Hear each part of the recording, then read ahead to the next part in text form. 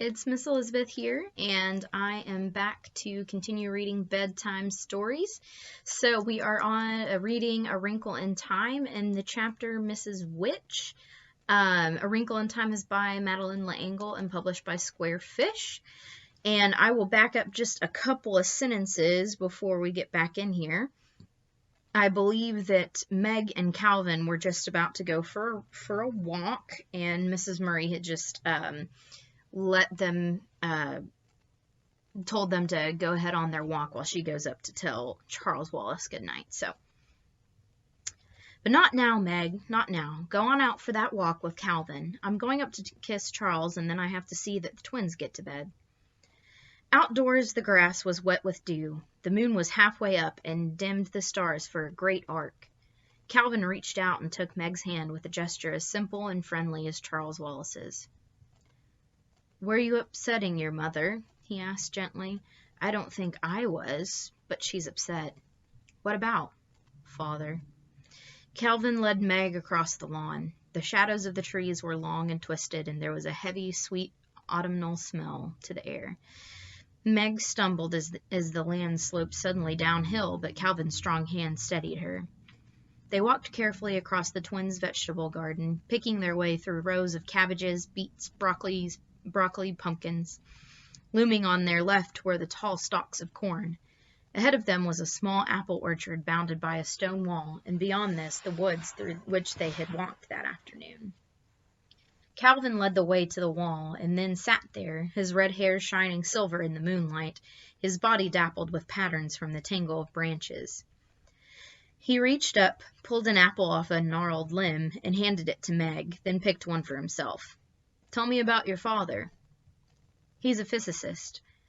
"Sure, we all know that, and he's supposed to have left your mother and gone off with some dame." Meg jerked up from the stone on which she was perched, but Calvin grabbed her by the wrist and pulled her back down. "Hold it, kid. I didn't say anything you hadn't heard already, did I?" "No," Meg said, but continued to pull away. "Let me go." "Come on, calm down. You know it isn't true. I know it isn't true. And how anybody, after one look at your mother, could believe any man would leave her for another woman just shows how far jealousy will make people go, right?" "I guess so," Meg said, but her happiness had fled, and she was back in a morass of anger and resentment. "Look, dope," Calvin shook her gently. "I just want to get things straight, sort out the fact from fiction. Your father's a physicist. That's a fact, yes?" "Yes." "He's a PhD several times over." "Yes." "Most of the time he works alone, but some of the time he was at the Institute for Higher Learning in Princeton. Correct?" "Yes." "Then he did some work for the government, didn't he?" "Yes." "You take it from there. That's all I know." "That's about all I know, too," Meg said. "Maybe Mother knows more. I don't know. What he did was, well, it was what they called classified." "Top secret, you mean?" "That's right." "You don't even have any idea what it was about?" Meg shook her head. "No, not really. Just an idea because of where he was." "Well, where?" "Out in New Mexico for a while. We were with him there, and then he was in Florida at Cape Canaveral, and we were with him there too. And then he was going to be traveling a lot, so we came here." "You'd always had this house?" "Yes, but we used to live in it just in the summer." "And you don't know where your father was sent?" "No. At first we got lots of letters. Mother and Father always wrote each other every day. I think Mother still writes him every night. Every once in a while the postmistress makes some kind of a crack about all her letters." "I suppose they think she's pursuing him or something," Calvin said rather bitterly. "They can't understand plain, ordinary love when they see it. Well, go on. What happened next?" "Nothing happened," Meg said. "That's the trouble." "Well, what about your father's letters?" "They just stopped coming." "You haven't heard anything at all?" "No," Meg said. "Nothing." Her voice was heavy with misery. Silence fell between them, as tangible as the dark tree shadows that fell across their laps, and that now seemed to rest upon them as heavily as though they possessed a measurable weight of their own. At last Calvin spoke in a dry, unemotional voice, not looking at Meg. "Do you think he could be dead?" Again Meg leaped up, and again Calvin pulled her down. No! They'd have told us if he were dead. There's always a telegram or something. They always tell you. What do they tell you? Meg choked down a sob, managed to speak over it. Oh, Calvin, Mother's tried and tried to find out. She's been down to Washington and everything. And all they'll say is that he's on a secret and dangerous mission, and she can be very proud of him, but he won't be able to communicate with us for a while, and they'll give us news as soon as they have it. Meg, don't get mad, but do you think maybe they don't know? A slow tear trickled down Meg's cheek. That's what I'm afraid of. Why don't you cry? Calvin asked gently. You're just crazy about your father, aren't you? Go ahead and cry. It'll do you good. Meg's voice came out trembling over tears. I cry too much. I should be like Mother. I should be able to control myself. Your mother's a completely different person, and she's a lot older than you are. I wish I were a different person, Meg said shakily. I hate myself. Calvin reached over and took off her glasses. Then he pulled a handkerchief out of his pocket and wiped her tears. This gesture of tenderness undid her completely, and she put her head down on her knees and sobbed. Calvin sat quietly beside her, every once in a while patting her head. I'm sorry, she sobbed finally. I'm terribly sorry. Now you'll hate me. Oh, Meg, you are a moron, Calvin said. Don't you know you're the nicest thing that's happened to me in a long time? Meg raised her head, and moonlight shone on her tear-stained face. Without the glasses, her eyes were unexpectedly beautiful. If Charles Wallace is a sport, I think I'm a biological mistake.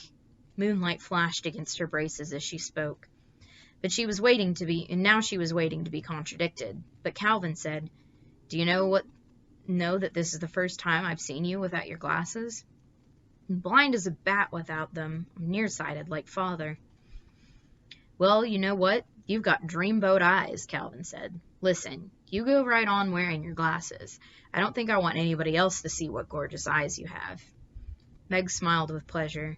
She could feel herself blushing, and she wondered if the blush would be visible in the moonlight. Okay, hold it, you two, came a voice out of the shadows. Charles Wallace stepped into the moonlight. I wasn't spying on you, he said quickly, and I hate to break things up, but this is it, kids, this is it! His voice quivered with excitement. This is what? Calvin asked. We're going. Going? Where? Meg reached out and instinctively grabbed for Calvin's hand. I don't know exactly, Charles Wallace said, but I think it's to find Father. Suddenly, two eyes seemed to spring at them out of the darkness. It was the moonlight striking on Mrs. Hugh's glasses.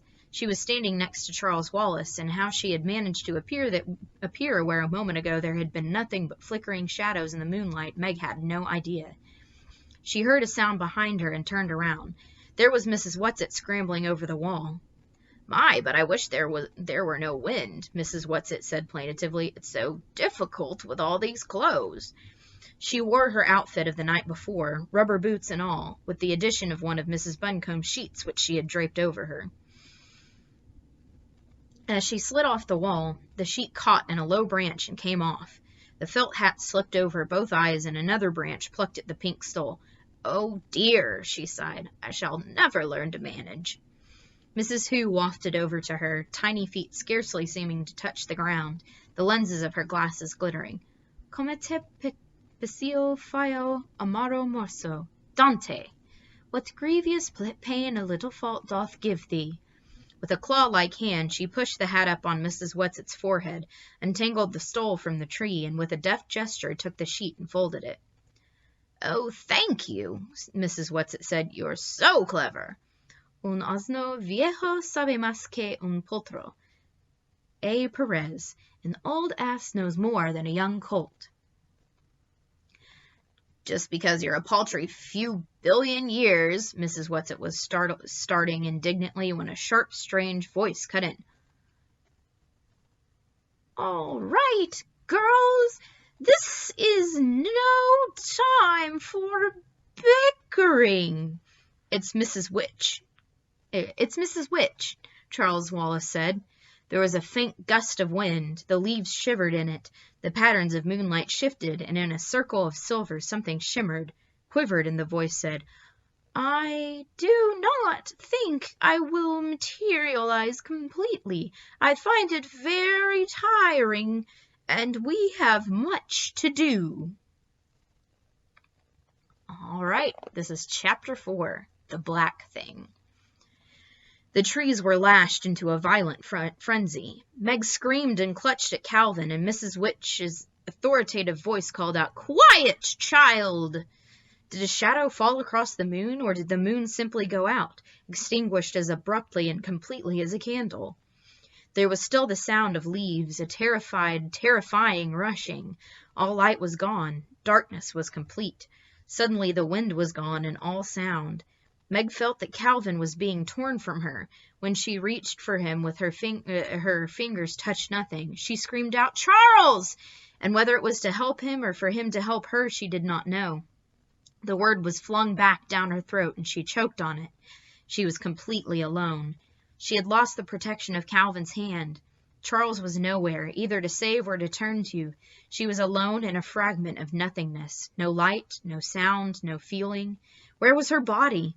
She tried to move in her panic, but there was nothing to move. Just as light and sound had vanished, she was gone too. The corporeal Meg simply was not. Then she felt her limbs again. Her legs and arms were tingling faintly, as though they had been asleep. She blinked her eyes rapidly, but though she herself was somehow back, nothing else was. It was not as simple as darkness or absence of light. Darkness has a tangible quality. It can be moved through and felt. In darkness you can bark your shins. The world of things still exists around you. She was lost in a horrifying void. It was the same way with the silence. This was more than silence. A deaf person can feel vibrations. Here there was nothing to feel. Suddenly she was aware of her heart beating rapidly within the cage of her ribs. Had it stopped before? What had made it start again? The tingling in her arms and legs grew stronger, and suddenly she felt movement. This movement, she felt, must be the turning of the earth, rotating on its axis, traveling its elliptic course about the sun. And this feeling of moving with the earth was somewhat like the feeling of being in the ocean, out in the ocean beyond the rising and falling of the breakers, lying on the moving water, pulsing gently with the swells, and feeling the gentle, inexorable tug of the moon. I am asleep. I am dreaming, she thought. I'm having a nightmare. I want to wake up. Let me wake up. Well, Charles Wallace's voice said, that was quite a trip. I do think you might have warned us. Light began to pulse and quiver. Meg blinked and shoved shakily at her glasses, and there was Charles Wallace standing indignantly in front of her, his hand on his hips. Meg, he shouted, Calvin, where are you? She saw Charles, she heard him, but she could not go to him. She could not shove through the strange, trembling light to meet him. Calvin's voice came as though it were pushing through a cloud. Well, just give me time, will you? I'm older than you are. Meg gasped. It wasn't that Calvin wasn't there and then that he was. It wasn't that part of him came first and then the rest of him followed, like a hand and then an arm, an eye and then a nose. It was a sort of shimmering, a look at Calvin through water, through smoke, through fire, and then there he was, solid and reassuring. Meg! Charles Wallace's voice came. Meg! Calvin, where's Meg? I'm right here, she tried to say, but her voice seemed to be caught at its source. Meg! Calvin cried, and he turned around, looking about wildly. Mrs. Witch, you haven't left Meg behind, have you? Charles Wallace shouted. If you've hurt Meg, any of you, Calvin started, but suddenly Meg felt a violent push and a shattering as though she had been thrust through a wall of glass. Oh, there you are, Charles Wallace said, and rushed over to her and hugged her. But where am I? Meg asked breathlessly, relieved to hear that her voice was now coming out of her in more or less a normal way. She looked around rather wildly. They were standing in a sunlit field, and the air about them was moving with the delicious fragrance that comes only on the rarest of spring days, when the sun's touch is gentle and the apple blossoms are just beginning to unfold. She pushed her glasses up on her nose to reassure herself that what she was seeing was real. They had left the silver glint of a biting autumn evening, and now around them everything was golden with light. The grasses of the field were a tender new green, and scattered about were tiny, multicolored flowers. Meg turned slowly to face a mountain reaching so high into the sky that its peak was lost in a crowd of puffy white clouds. From the trees at the base of the mountain came a sudden singing of birds. There was an air of such ineffable peace and joy all around her that her heart's wild thumping slowed. "When shall we three meet again, in thunder, lightning, or in rain?" came Mrs. Who's voice. Suddenly the three of them were there. Mrs. Whatsit with her pink stole askew, Mrs. Who with her spectacles gleaming, and Mrs. Witch, still more than a shimmer. Delicate, multicolored butterflies were fluttering about them, as though in greeting. Mrs. Whatsit and Mrs. Who began to giggle, and they giggled until it seemed that whatever their private joke was, they would fall down with the wild fun of it. The shimmer seemed to be laughing too. It became vaguely darker and more solid, and then there appeared a figure in a black robe and a black peaked hat, beady eyes, a beaked nose, and long gray hair. One bony claw clutched a broomstick. "Well, just to keep you girls happy," the strange voice said, and Mrs. Whatsit and Mrs. Who fell into each other's arms in gales of laughter. "If you ladies have had your fun, I think you should tell Calvin and Meg a little more about all of this," Charles Wallace said coldly. "You scared Meg half out of her wits, whisking her off this way without any warning." "Finxerunt animae raro et per pauca loquentis," Mrs. Who intoned. "Horace, to action little, less to words inclined." "Mrs. Who, I wish you'd stop quoting." Charles Wallace sounded very annoyed. Mrs. Whatsit adjusted her stole. "But she finds it so difficult to verbalize, Charles dear. It helps her if she can quote instead of working out words of her own." "And we mustn't lose our senses of humor," Mrs. Witch said. "The only way to cope with something deadly serious is to try to treat it a little lightly." "But that's going to be hard for Meg," Mrs. Whatsit said. "It's going to be hard for her to realize that we are serious." "What about me?" Calvin asked. "The life of your father isn't at stake," Mrs. Whatsit told him. "What about Charles Wallace, then?" Mrs. Whatsit's unoiled door-hinge voice was warm with affection and pride. "Charles Wallace knows. Charles Wallace knows that it's far more than just the life of his father. Charles Wallace knows what's at stake." "But remember," Mrs. Who said, "Euripides, nothing is hopeless. We must hope for everything." "Where are we now, and how did we get here?" Calvin asked. "Uriel, the third planet of the star Malik in the spiral nebula Messier 101. "This I'm supposed to believe?" Calvin asked indignantly. "As you like," Mrs. Witch said coldly. For some reason Meg felt that Mrs. Witch, despite her looks and ephemeral broomstick, was someone in whom one could put complete trust. "It doesn't seem any more peculiar than anything else that's happened." "Well then, someone just tell me how we got here." Calvin's voice was still angry, and his freckles seemed to stand out on his face. "Even traveling at the speed of light, it would take us years and years to get here." "Oh, we don't travel at the speed of anything," Mrs. Whatsit explained earnestly.